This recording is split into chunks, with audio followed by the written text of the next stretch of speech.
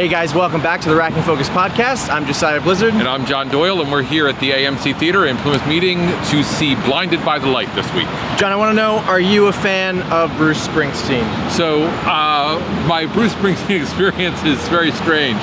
Not particularly, but I dated a girl in college before I dated my wife. Who loved Bruce Springsteen with a passion far beyond anything I could ever muster. So I have a lot of experience with Bruce Springsteen. As in you were forced to listen to Bruce Springsteen and often. Look at pictures of his behind on a regularity you wouldn't believe. Wow. I have not listened to a ton of Bruce Springsteen, so I am interested to see if this film makes me want to listen to him and his music. Well, you know, what's interesting to me is this is the same director of Bend It Like Beckham. Right. And I could care less about soccer, and I like that film. So I'm hoping it'll pay off here. Well, listeners, we're going to go in, and we'll be back with you in just a minute. I want to be a writer, but my family is stuck in another century. Writing isn't a job. I need you to do more. Make a wish, beta. Kiss a girl and get out of this dump. Bruce is the direct line to all that's true in this shitty world. Seriously, what does he know about our world? You're listening to the Racking Focus podcast. Oh, I almost put my seatbelt on. That's my gig. Had to have it. There's a lot of emotional range in that movie. They did a lot of stuff. Yeah. Did you like it? I did like it, actually. I don't know if I loved it. I liked it. I liked it. And I think we'll talk about why as we go through it. Mm-hmm. When we get to the rating, it's going to be interesting where my sort of head falls. Yeah, I think I'm in the same boat. Yeah, so let's say, first of all, spoilers. I'm not sure exactly what that means, but we're going to spoil the movie. So we saw Blinded by the Light, so if you haven't seen it and you don't want to be spoiled, you should make sure you go and see the movie. Yeah, for sure. It was nice to see a movie about Pakistani family that you don't ever really see Pakistanis in American films. So no, it's certainly not in a movie that is really letting them be the center of the story. Yeah, right. They're always side characters, right? So it was good. I mean, a couple weeks ago we got Chinese culture with The Farewell, and now we're getting some Pakistani culture with Blinded by the Light. It's nice to see this diversity. Yeah, and British culture. I mean, there's a lot of British culture in this, I thought. Yeah. You know? 80s British culture. 80s British culture, right. Yeah, very specific. And you were alive in the 80s. I was not. Was any of that nostalgic for you? Well, when you say nostalgic, reminiscent. Yeah. The 80s are a weird period, right? There's music they were listening to that I knew, right? Yeah, right. And certainly the culture was a culture that's there and interesting. Yeah. But I don't know if I felt nostalgic. Did you like the 80s? Did you like 80s music? Did you like... I was a punk guy, right? So I liked the punk that sort of grew from that period, but I didn't like the new wave stuff. So synth was not the future for you? That was not for me. It was the much more screamy, yelling, angry punching stuff. Mosh pits. Right.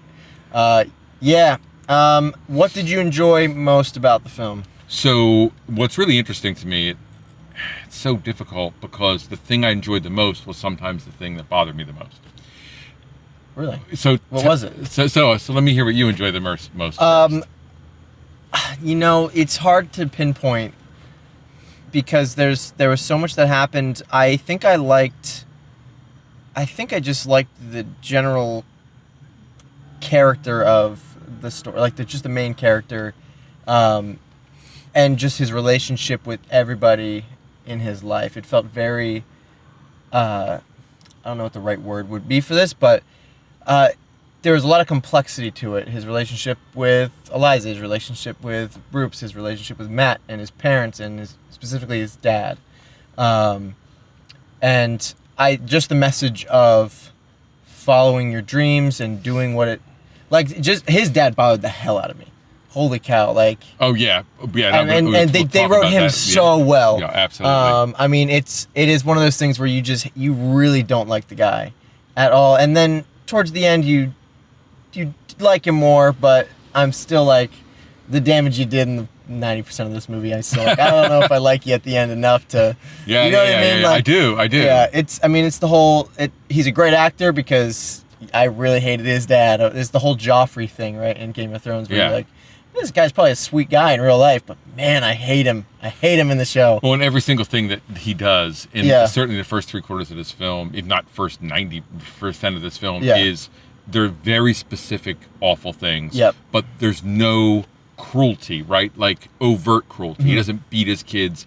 He doesn't. None of that stuff happens. Right. And so all of it is so methodical. Yeah. And I think that's part of why that happens. Is you really don't like him because he consistently behaves in a way that for a person like you or me is just not okay. It's just opposite to our culture, right? Because we don't, and they mentioned that, like even just British culture is like, if you're white, you're gonna move away from home and do whatever you want to do and go after the job you want to, go after. But in Pakistani culture or in just that Eastern culture in general, like we talked about it a little bit in the farewell. It's a collectivist society. It's not about you. It's not around you. But funnily enough, and funnily is a strange word, but funnily enough, I would say almost any immigrant culture coming out of their original culture has that same fear. Yeah. I know that the Italian, not necessarily my side of the family, but my wife's side of the family was very clear about the desire for you to respect your parents and whatever. And I know that same thing takes place in other cultures that are coming here. The Mexican culture right now. Right. I have students who struggle with whether they're going to separate from their parents and go off and do their dreams or not. And so I think there's something about that first generation immigrant culture. Right. But I think it's even more significant in a culture that has the restrictive social mores that exactly. So I mean, I could go on another story. I'm not going to. But yeah, I think it was. I don't know. It just connected with me a little bit. Not that my dad was like, "You're gonna do what I say you're gonna do." Like, he definitely pushed me for college and this sort of thing, and pushed me in a certain direction. And I am who I am today because of the route that he's pushed me. And so like that connected with me a lot in here. Not that he was like Javed's dad or anything like that. Well, in the 80s, my grandfather took me in the basement and told me I should become a dentist because there was nothing to be made of literature and philosophy and filmmaking. There was no practical reason to do funny. that. Yeah. So like that, it's there, but right. And I wouldn't say my grandfather was a bad man, but the social mores really push it over the edge. Well, your grandfather, who was who shot photos and he did all that stuff. He did all of it, but he still worked for the family. Yeah. So. So let me say this thing. So the thing I like the most were often the use of the music. It was also the thing that I often disliked the most. That as it was a crutch to the film? Is that how you I felt like or? times I felt like times it was a home run. And I felt like times it was a foul ball. Not a miss, just slightly off the mark or too much on the nose. Right. But at the end I asked us to stay because I wanted to make sure that I had in my head the song that I wanted to reference. And Thunder Road in particular, I thought was when the movie opened up. That's the song when he's selling the clothes and he sings to his girl. And I thought the movie opened up. I thought it sang at that moment. Yeah. I mean, he was singing, but I thought that was a spectacular use of the music. Yeah, I did dramatically. Too. Yeah. Absolutely. I thought the day dance party was spectacular. Both the integration of his music and the music of Springsteen and his own culture. That scene felt very important to me, that he wasn't abandoning his own culture. Right? I think that's really right. I think it's a really right choice. And then there was and Jungle Land, the song that they played underneath the Nazi march and his getting the tickets and all of that business. I thought those were really superior. Yeah. I thought the joyous nature of the "Baby We Were Born to Run Away from School" thing was spectacular, and yet there were times where I was like, "Woof, I'm just not sure." So that was a thing where I loved it, and then also I mean, this is kind of a weird movie because we don't really. I feel like we don't see movies like this where they're really based on a personal experience and someone's music and someone's lyrics, right? You see a lot of music films that rely on like song and dance, and they're singing the songs to express their emotion rather than relying on the music they're listening to tell the audience what they're feeling. It's kind of different, especially with the lyrics flashing on the screen. I did like, from a cinematography standpoint, That whole storm scene. Oh yeah, that's and the projection. the fact that they were using real, actual projection to project onto the character onto the walls. I thought that was really super really smart. great. Yeah, and, really great. and obviously a real technical job. Yeah. They're creating a storm. Right. And it has and the projection has to line up with the music, and like everything just needs to be like 100% on, because if it's off a little bit, it's gonna feel weird. Yeah, that was really great. As craft goes, that was a lot of really high quality craft. What did you really not like? So I'm gonna say did not like. I'm not sure. I mean, I think the end was a little easy. I feel like when people give a speech on stage at the end and the climax, it's just the writer saying, "I don't know how to end this film." Well, and I think that may be true. And I mean, it's from a book, right? Like there's source material for this. Yeah. So I'm wondering if somehow that book doesn't have a simple enough ending. If we have one more car alarm go off in this parking lot. So I'm not sure what that is. I don't know what I think we may talk about that if we can listen. I know there's an interview on Empire with the director. We may hear about what that is. So the end may have been a little simple and safe for me. Yeah. But I want to say that from a cinematography perspective, it was very simple. Yeah. Oh, yeah. You know what I mean? Absolutely. It felt like 80s filmmaking sometimes in a way that. It felt very indie. It felt almost low budget. Not consistent in its style. Yeah. But that isn't necessarily a bad thing. But it did feel like pretty much someone with a shoulder rig, just shooting, reverse shot for the most, and then it went into very specific shots for specific things, for specific reasons. The one that comes to mind is the time lapse zoom in when he's sitting sulking in his seat after his father has pretty much shot him down. Yeah, and another beautiful sequence, right? Like a really, really well done bit of film. Yeah, and it's that must have taken a while to shoot, because that thing sped up pretty quick, and it's a long shot. When he sat, pretty freaking still. For that long sequence. So that was a shot that I really loved. And there was a bunch of shots I really liked, but they relied a lot on long lenses. That's what I want to say, right? Yeah, let's really distort the background a little bit, compress the background, and isolate these characters in the moment, which a lot of the times they are isolated themselves, either within a piece of music or within a relationship. It happened a lot with Javed and Eliza together, and absolutely. That's why I was like, we're really just isolating them in this moment, and they were on had to be 200 millimeter plus focal lengths for those shots. So I really enjoyed that aspect of the cinematography. But yes, it was very simple. It was simple. That's what I'd say. And so I'm not suggesting that it's bad and that it's the thing I dislike the most. It was just the thing I noticed about the filmmaking. Yeah. That it wasn't overwrought. No, right? no. Yeah. But when I look at the last sequence of him driving away, we go from these like really tight close up, right? Right. To this ridiculously zoomed shot of the car driving away. Yeah. And so stylistically, it was all over the place with that. Yeah. I don't know if that's a fault. You're right. But it's a quality of it. Yeah. And when we got to music, whenever there was music, the cinematography went through the roof. Like they really explored. They amped it up for those. What would be if it was a musical? Those musical scenes where you just find the camera's, it's become surreal, you know? Let's talk costume design for a minute. Okay. I loved, and it was subtle enough for me when he switched back to he's slowly becoming more Bruce, right, throughout the entire film. And then all of a sudden he drops off and cuts back to non-Bruce Javed, but I didn't catch it. At first, I didn't catch it when he's sulking in his seat until I realized, he's back in his oversized sweater, and the denim he's wearing is probably not real denim, and it looks different, right? And so he's completely switched back. And I didn't catch that first.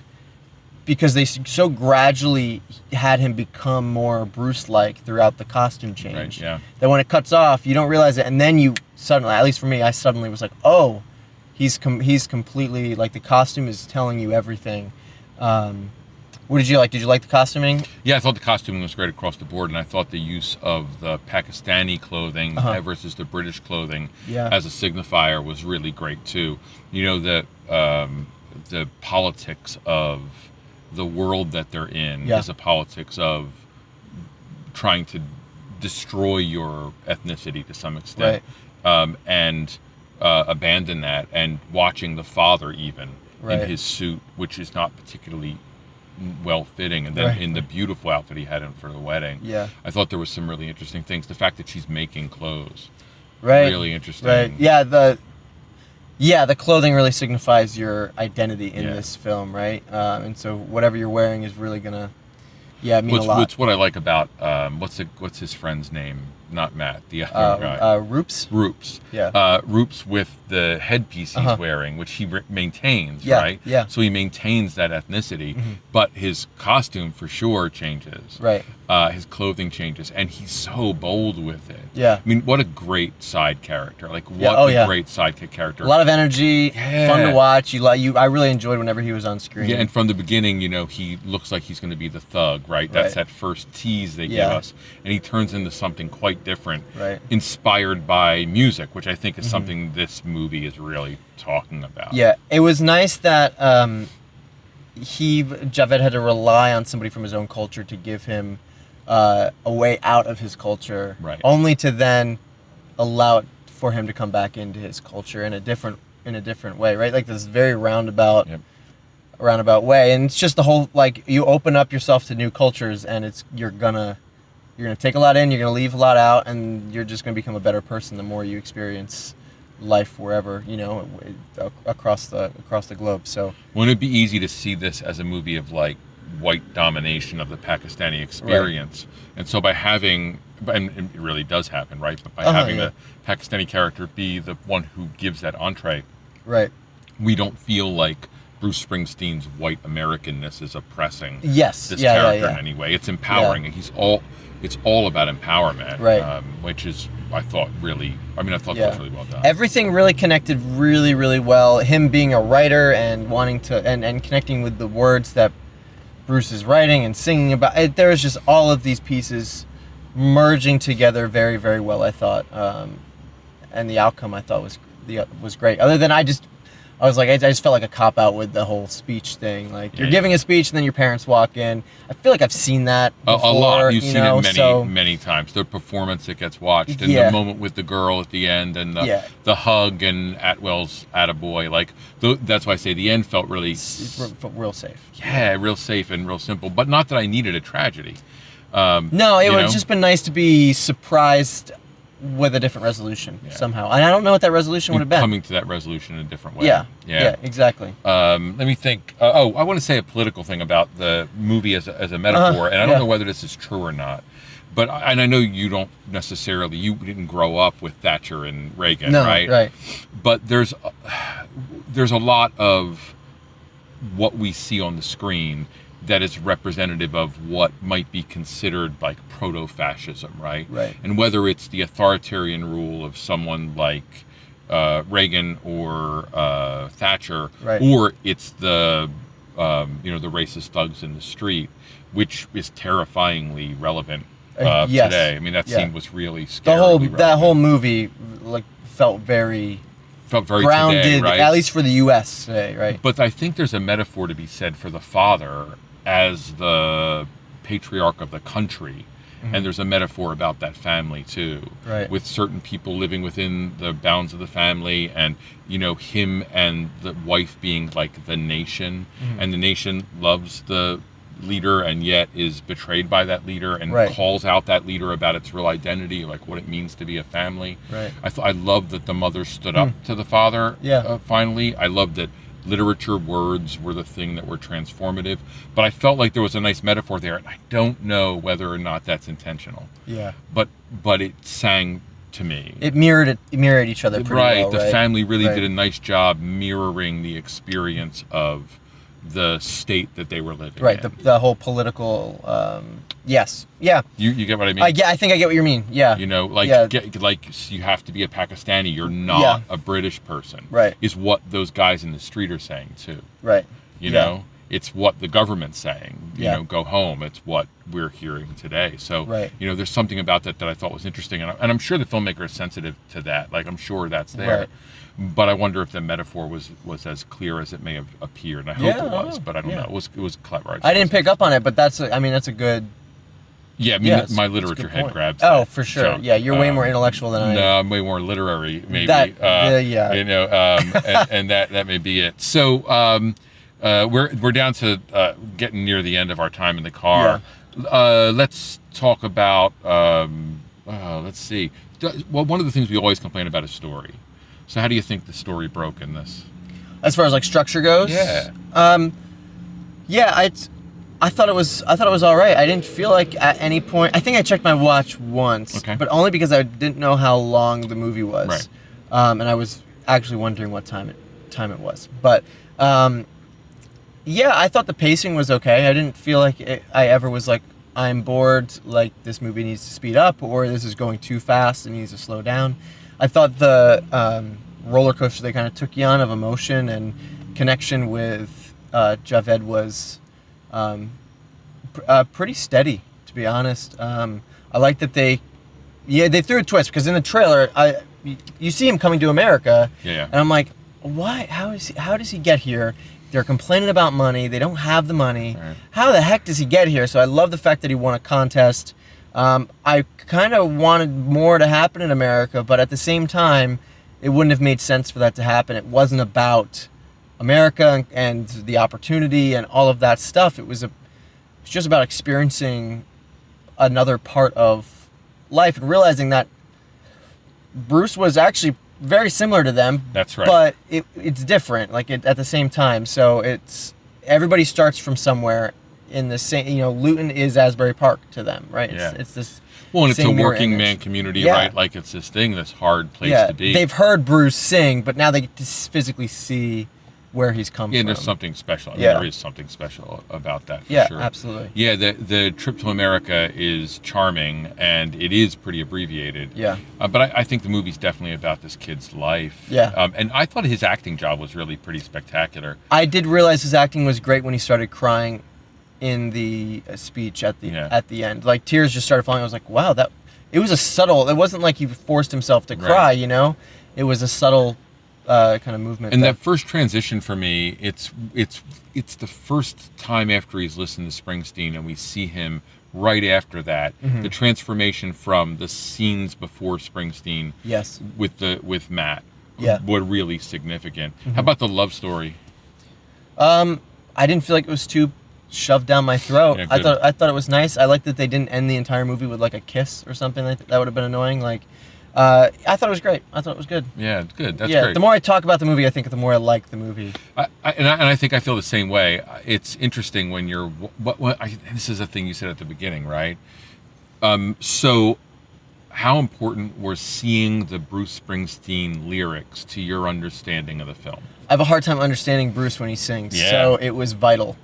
Yeah, right, exactly. I have a really, he feels like he mumbles a little bit. I feel like he mumbles when he sings, and just the mixture of his voice with the music, it just doesn't stand out enough. So I think that the lyrics coming up on screen were really necessary and they didn't sometimes play the full lyric. They would just bring out words, and they might be like every other word, like just keywords, because you can fill in the gaps. Right. But it was, and he kept switching songs, like when he was first taking that transformation, right, and listening to the cassette.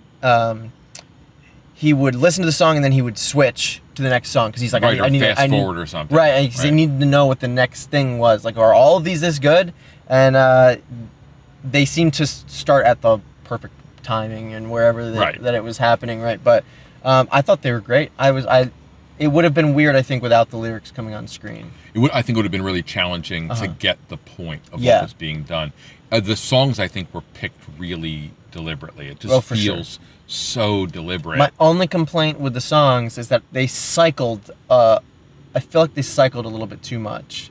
You know what I mean? Like we heard a couple of songs a couple of times. Yes. Yeah. Yeah, like he kept referring to very specific songs multiple times. And that just may be because, well, Bruce's collection isn't like that but it broad, is. but it is. But like the songs that are relating to him are maybe only this collection, right? Yeah, and you know, I feel like we have a filmmaker and you know, the guy who originally wrote the story who loves Springsteen in a way that may require them to loop those songs. Those songs may be meaningful to them, right? You know, independently, and that may be part of it. I don't know. Yeah, but I agree with you. Sense. And there were times where they were saying the lyric, and I'd be like, oh, we heard that earlier. Yeah. Things came around again, right? Like it was the same struggle he dealt with the entire movie, so it would make sense that he would refer back to the same song the first time he kind of gathered the strength based on these lyrics. He's going to do it again, so I can't blame him that bad for recycling. I'm just glad they didn't rely on his music 100% to drive story, because that would have been the issue. I'm going to hit this so that it doesn't ring on us. So yeah, the more we talk about it, the more I like it. I think that one of the things about watching this in relationship to watching something like The Farewell, which we just watched, is this doesn't have that scale, right? Yeah. It's a very small family story. Yeah. With family at the forefront and culture in the background. Right. And The Farewell, I think, was the opposite, and so that may be part of that distancing. Yeah. It is definitively shot like an indie film. Yeah. Oh yeah. You know. Yeah. There's no special camera techniques. It feels like it's just we're just gonna shoot a movie. We're gonna go out and we're gonna shoot, and that's it. That's what we're gonna do. So and tell a good story. Yeah. But then we would see music, and it would go off the hook like that stuff. The execution for the planning was well done. The shot planning was obviously very deliberate, but at times it did feel very candid and like we're just following this guy around, right? So that's the thing I wanted to say. They put Javid at the center of shot all the time. And I think that like was center framed. Yeah, really center framed. Those tight close-ups, often with what looked like very tight. Wide lens, like it looked like that. You know, he's getting slightly distorted in the image. He really did fill that frame, and there's something about that reminding us it's his story. It's his story. It's his story. It's about him. That's it. And I loved his neighbor. Who I thought was going to be a problem in the beginning. So well done. Yeah. So well teased. Yeah. And to come out and sort of step by step become an important figure in this kid's development was, I thought, really well done. And it says something about it's not just about young people. Right. You know, and I thought that was really good. I thought that was well done. Yeah. So. Would you recommend this movie, and what would you rate it? Yeah, so I would recommend it for sure. My recommendation is super hard. I feel like I'm going to have a completely different recommendation when we get back together. So like my gut feeling right now is something in the 7 range. Okay. But I just have this feeling that over the next 2 days, with it sitting in my head and those lyrics starting to revisit, that I'm going to raise it up. Okay. Yeah. I am also throwing it in the 7 range. I was going to say 6.5 to 7, but 6.5 feels too low. But then 7 also feels too low sometimes. It does. It's weird. It's around a 7 for me. Like, it's a good film. I think this film's going to speak to certain people more than others, just based on the content and the music and that sort of thing. But I definitely recommend it. Yeah, I'd recommend it too, and I would recommend ultimately because of the music sequences to see it in the theater. Yeah, I mean, seeing that storm sequence. Yeah, for sure. Seeing that dance at the just to get the full shot. Experience of the music and the shots and everything. Yeah, see it in theaters. So, cool. All right, so we'll start the car. We'll take off. We'll do some research. Start the car. Yeah. Okay, you do have keys. Start my Prius. All right, here we go. Off we are. Nice. Very nice. You're listening to the Racking Focus Podcast. Hey guys, welcome back to the Racking Focus Podcast. We're here for the second half of the Blinded by the Light content. It's been a few days and we've had some time to reflect, watch some other movies. And what we're going to try and do is alter the second half to make it a little more structured. So we're going to have some new bullet points we're working through, some agenda items. We hope you'll stick through the whole process and give us some feedback on how this flows for you as a viewer. Yeah, cool. Well, the first thing on our list is to read some reviews, reply to those reviews, and decide on whether we agree or disagree. Do you want to start? You want me to start with my review? Why don't you start? Great. I'm going to pull mine up. Great. I screen capped a few reviews here. The first one is from a critic. All right, this is from James Berardinelli from Real Views. Never heard of that site, but he says that Blinded by the Light is a 1/3 Bruce Springsteen hagiography.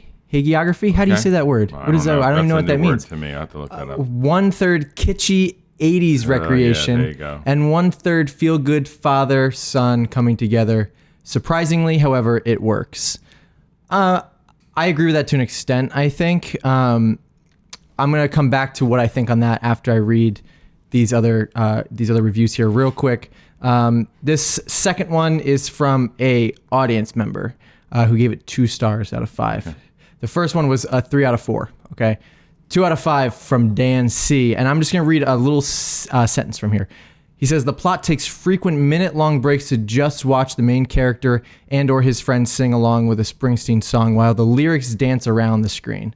I really disagree with his because I think for the audience, we feel the music come alive in the same way that Javed feels the music come alive, like within him, right? And so that's, to me, that was the motivation for having these words show up on screen and for them to have this surreal musical moment, right? This is actively making them feel alive within their boring. It's as if this movie was grayscale and then it was all of a sudden in color, right? Because they've had some outside force that's propelled them to joy or whatever they're feeling, right? So I think that I really disagree with Dan C here. I think he's missed the reason that exists. It's not supposed to be this super real. Like he's seeing the words come alive to him. Well, that's one of the challenges of someone who's going to see a movie that is taking some risks with its style in places, but isn't completely consistent in that style, right? Yeah, right. And as a result, the audience member isn't sure what to make of that. And that may be, it's not really a failing of the film, but it certainly is part of what that experience is probably about. Right. And a lot of the issues I've seen that people have had problems with is I don't like the lyrics coming up on screen. It just feels I don't like the dance numbers or the lyrics coming on screen. Those are the 2 biggest complaints I've seen as I've read some reviews, and I just disagree with their reasoning for not liking it. Like I understand not liking it, but I just disagree for their reasons of why. Well, they can not like it, but that's not a judgment against the quality of the film. Those parts are integral to the film, and maybe ultimately they make the rest of the film stronger. Exactly. Replying to James from Real Views, he breaks this movie into thirds. I don't think this movie at all is about Bruce Springsteen. I wrote down, just so I didn't fumble this, I said Blinded by the Light is not a movie about Bruce Springsteen's music. Instead, it's a journey of self-discovery, acceptance, and how words create a severe impact, whether written, spoken, or sung. Do you agree with my review on that? Brief sentence? I think that's really an interesting thing to say. And I think absolutely, Springsteen is the foundation of a way of living. Right. And those songs are creating that foundation. Look, we don't see his entire discography. We hear certain words pulled out from those individual songs. And I heard an interview on Empire with the director of the movie, and she was very deliberative in the songs she chose and the fact she wasn't going to do damage to those songs. Right. They had the entire discography for almost nothing at their disposal when they were an indie film. Yeah. So these are all choices, and that means the choices are serving the script. And the original script she talked about being written by the guy whose story it is. Right, Safra's, the journalist, right? Yeah. And that needed to be fixed into a 3-act structure, and the songs needed to fit. And that's telling me that it isn't about Springsteen. It's about this kid's life. It's about his life. This is truly just a coming of age film about Javed. And I was listening to the same Empire podcast that you listened to, and I remember, I don't know if it was actually in this podcast or if it was in a YouTube video that I watched with an interview with her, but she said that she thought of Bruce's music as if it were specifically written for her. Rather than writing around his music, they just plugged in the bits that fit the moments, as if Bruce wrote those lyrics. As if he was scoring the movie. Yeah, right. exactly. Which changes the way you interact with the music. Yeah, and it gives you some freedom. And for a person like certainly her, for a person who loves Springsteen, it's not nice to slice his songs up. But you make those choices and you're serving the plot. So I think that's, I don't think it's about Springsteen at all. I think that the closing credits are a little bit about Springsteen. You know, those photos at the end are the gift to that, perhaps. But that's it. It's the you know, this is a true story. We have to show you that this is actually a real life journey. You know, when the movie has this underlying anti-fascist tone, right? Like this underlying anti-racism tone. Those are not things that are in Bruce's songs as in the forefront. They're part of the general structure of what Springsteen's dealing with in his relationship with America and with poverty and with the working class. Right. But he's not talking about what it means to be Pakistani in England in any way. Yeah. He's talking about what it means to be a human being of Pakistani descent in a culture that isn't Pakistani. Like that's Yeah. And so the music's a framework. Right. His words, his lyrics can either be taken at surface level or they can really be taken on a deeper meaning, right? Like I think they were saying Born to Run is not, or it was another song, wasn't about being American. It was about the issues with the Vietnam War and the veterans, right? So you can take Born in the USA. Yes, right. Born in the USA. You know, they can be taken two different ways, depending on how you're reading into the lyrics. Right, so exactly. I go ahead with whatever you have. If you want to do a review, I want to do a quick review, and it's from The Guardian. Cool. And I'm just going to read a few lines from it. And it's interesting because you just watched one of the songs it's going to reference. So, inevitable comparisons to both Bend It Like Beckham and the previous Sundance breakout Sing Street do the film no favors. The infectious charm never truly arrives. There's something so constructed and suffocating about watching a tired and tested formula not working. The over-sentimental strings pulling on show for me to see. It's all too easy to give a pass to a film such as this, given its earnest intentions, but wanting us to feel good is very different than actually making us feel good.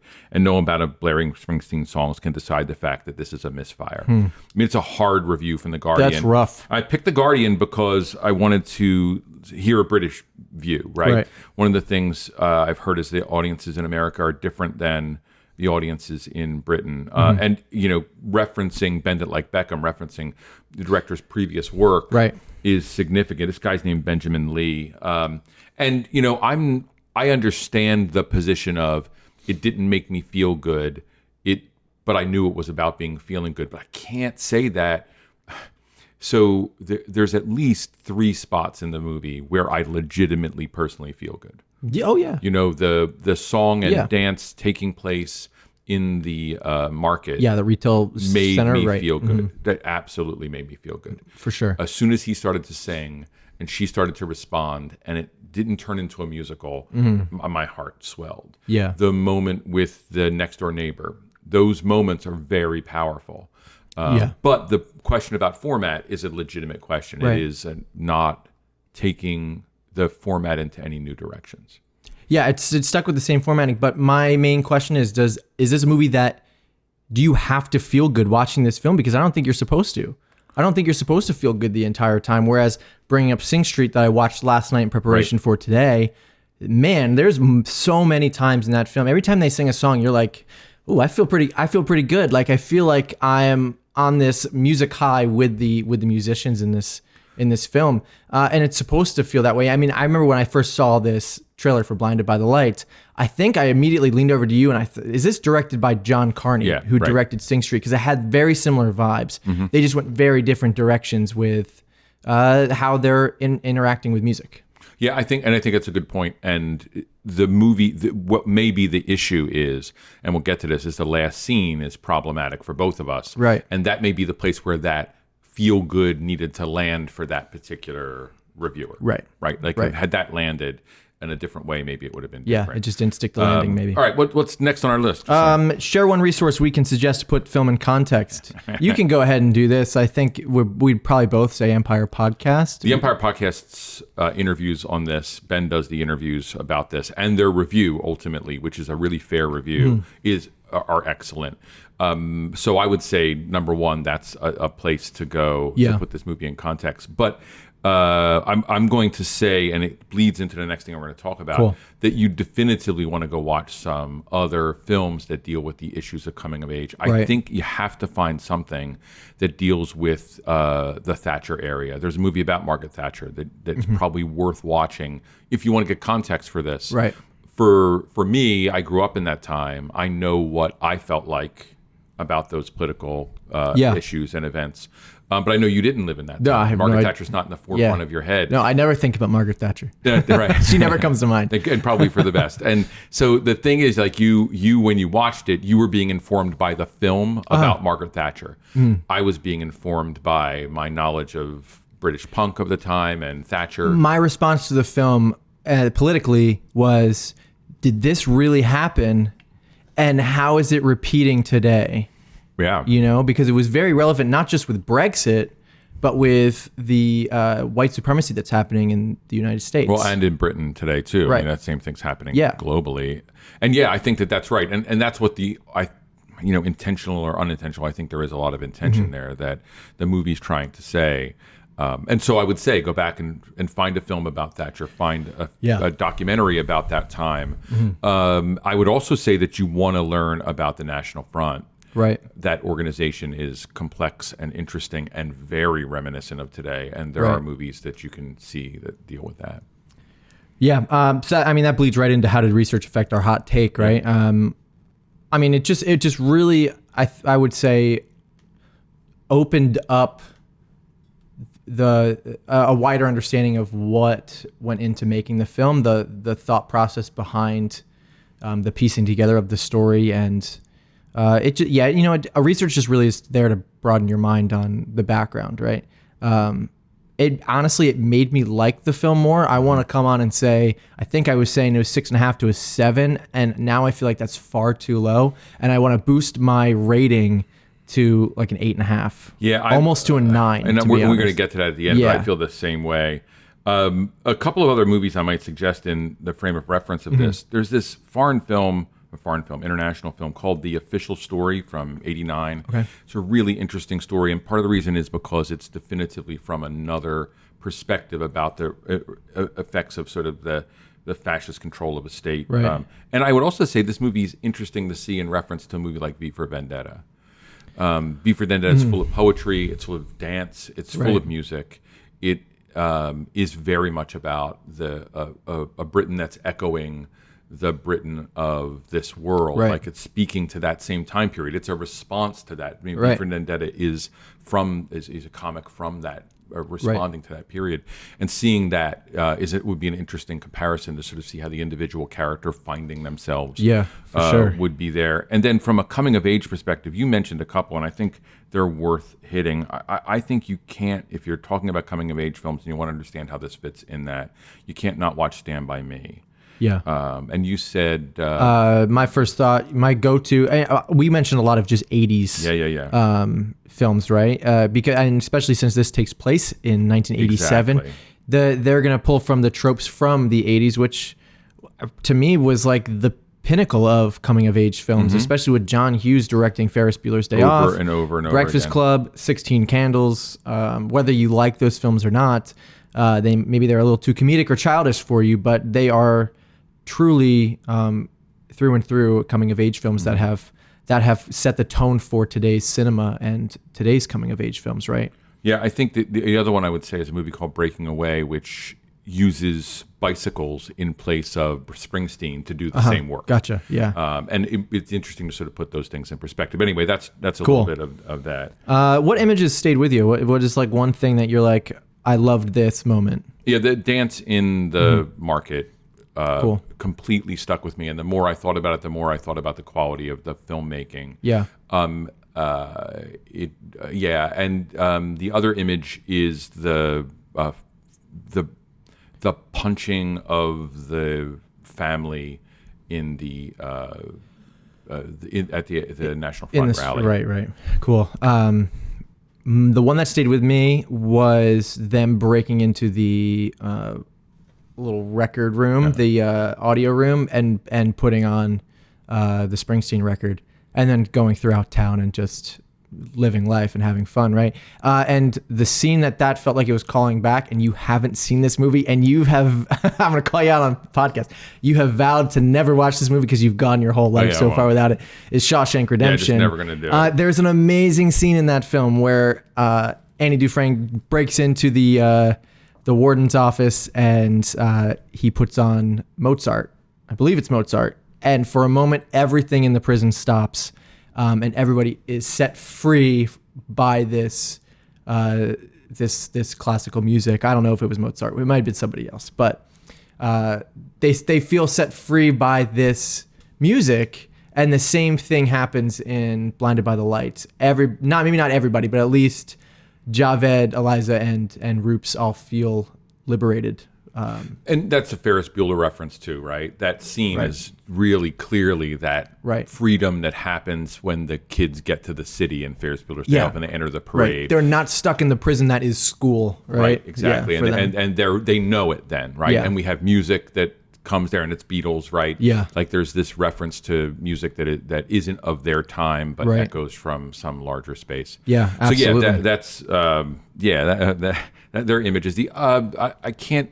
There's tons of images I think in here that really stand the test of my distance from the film. Right. Absolutely. Do you want me to talk about Sing Street for a minute? Yeah, do you have a movie that I mean, our next segment is really name a movie that does this, what this movie did better or worse. Right. I don't know if you have a film. I deliberately watched Sing Street last night. So you night. should talk about it, and I'll talk about the ones I have after. Okay, cool. Yeah, so to be brief, Sing Street takes place in 1985 in Dublin, just across the pond, the smaller pond, not the big pond between the U.S. and England, but the small channel between Ireland and England. And loads of people are moving to London for opportunity, even though there's still little work there. Right. And it's pretty much a kid wants to escape his current crappy living situation, a kid who's not connected to his father or to his parents all that much, who doesn't feel necessarily very loved by his parents, to pursue his dreams far from home, away from his home life, from his crappy little existence in Ireland. And he does that by burying his head in music. And the difference is that he's writing this music and singing this music rather than reacting to Bruce Springsteen or a specific band. He's being influenced by bands like Depeche Mode and Duran Duran and that sort of thing. But the movies are very similar and very different at the same time. I want to say that they both did what they did very well. And so I have a hard time comparing them and saying one is better or worse. I want to say if you're a musician, you're probably going to like Sing Street more. I'm going to say if you're not a Bruce Springsteen fan, that you might like Sing Street more. But if you're neither a Springsteen fan or a musician, you can enjoy both movies a heck of a lot. So great. I'm going to mention two films, and it's weird because talking holistically is hard, right? And that's what you were just struggling with. Yeah. I want to say the first one is going to be a surprise to my wife is Dirty Dancing. I think this film is really linked to the Dirty Dancing ethos, right to the end speech at the end. Right. Music is the transformative act. Music and dance in the end is transformative for the main character. Yeah. Coming from a third party who might be sort of thuggish, right? Who might be tough, who then turns into this other thing. And there is a much clearer relationship building there, right? It's a romantic film, which this does not do that in the same way. But you can't look at that scene in the marketplace without seeing the end of Dirty Dancing and Baby reaching out and moving back to the stage and joining this moment of the main character literally singing to her that they've had the time of their life, and they are about to. And it's just, to me, there's something very reminiscent about the two films. Yeah. And I think Dirty Dancing does that end sequence better. I think so too. I think that Dirty Dancing doesn't do the rest of the story as well because it gets lost in soap opera because it's a romantic film at the first part of that. I think you're right. I think it's, and this is what we struggled with, right? Was this whole stage ending. And we've seen this a number of times in films, and we were talking briefly before we started TV shows, recording. It's all over the place. And it's always like the first film that came to mind while I was watching Blinded by the Light was Billy Madison. And I was like, I don't want to think about dopey Adam Sandler right now. And it just felt too reminiscent of that. I believe in that film there was like a debate or something happening.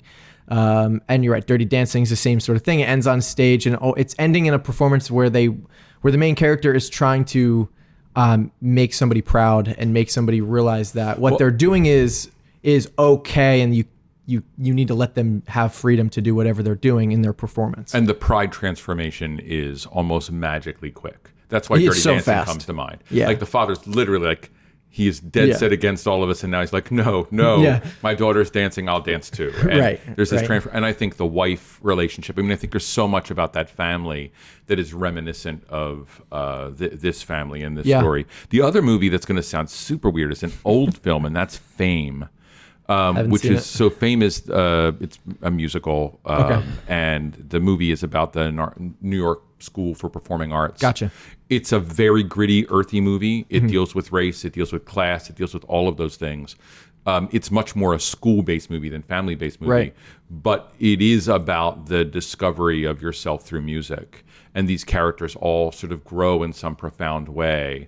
Through music. It's a far less political film. Okay, yeah. And it is a coming of age movie in Yeah. the same way, but it does have the racial component that we don't see in Dirty Dancing. So for me, there were two films Mm-hmm. that I thought, and I think Fame doesn't do it as well, right? And Bend It Like Beckham actually probably maybe does this better Yeah. in some ways as the I haven't seen Bennett Like Beckham either. Yeah, it's worth watching. So anyway, that's what I would say. Yeah, that there's loads those of movies two- that end on stage. Sing Street pretty much ended on stage, other than the final image of the scene, which I won't spoil for anybody. And I'm thinking now School of Rock, even though I haven't seen School of Rock in fits the same quite way. a while, Yeah, but no. it's very similar beats and structure, I'm sure, with, kids' family life, even Jack Black's own personal life at home outside of school. Well, it's his coming of age film. It's right? his coming Like, of age it's film. As really a is. 30-year-old guy, Yeah. it's his coming of age And film. it's for the- appropriate for when it's made, right? Because Right. that movie's adult adolescence is a thing right. in that time. Yeah, so it works. exactly. Cool. Yeah, I agree with all that. Okay, good. Yeah, so there's some things that I think did it better or worse, and I think we can also say that there are movies that use music in ways that are stronger. We certainly could talk about even a thing like Bohemian Rhapsody Right. or Rocket Man this year that may have some hits that are better. It's a big year for music films. Really I big. mean, we decided to see this over yesterday, and Right. I've heard in the reviews that I'm reading, like, people are like, you should have seen yesterday instead, or this was way better than yesterday. Like, it just depends on where you're coming from. Maybe it's just because you're more of a Beatles fan or more of a Springsteen fan. I don't know. Yeah, the big danger with all of this, before we sort of cut to the end, is nostalgia. Nostalgia is not the best tool for us to be making Right. films around. Right. And we have this rush of musical nostalgia films. Yeah. And this film, no matter how solid it is as a piece of filmmaking, you cannot deny it's about nostalgia. Right. And that's the one thing I really like about Sing Street is that all of the music in that film is original There you music go. written for the film, and they're not making you rely on it. They're not having you rely on nostalgia, other than the 80s tones and the 80s vibes. So would you still recommend this movie, and does your rating change at all? So my recommendation is you can see it in a theater or not. It doesn't matter to me. I think you should see the movie. I recommend seeing it. Yeah. But unlike stuff we've seen in the past, I don't care as much if you go to a theater. Yeah. Sorry, AMC. Sorry, Regal, whoever. But yeah, so I do continue to recommend it. My rating has changed, though. I spent almost an hour talking about this movie with my wife yesterday. Really? And during that conversation, which ended up being far more political than anything we talked about here at all, I just became more and more impressed by the level of detail in the movie. There's so much cultural detail. There's so many informative actions that make us not Yeah. need to be told what's going on in the story. We see it, or we hear it, or we experience it in music, Right. whatever. And that craft really impressed me. So I still think Bend It Like Beckham's probably a better film across the board. I probably rate this now in the 8 range. Okay. Yeah. I'm probably somewhere, like I said earlier, in the 8.5 range now, bumping it up a full point or more, 8.5 to 9. I really enjoyed this film more afterwards, after listening to some reviews and listening to some interviews, and just hearing more about it and how they made it and all of that.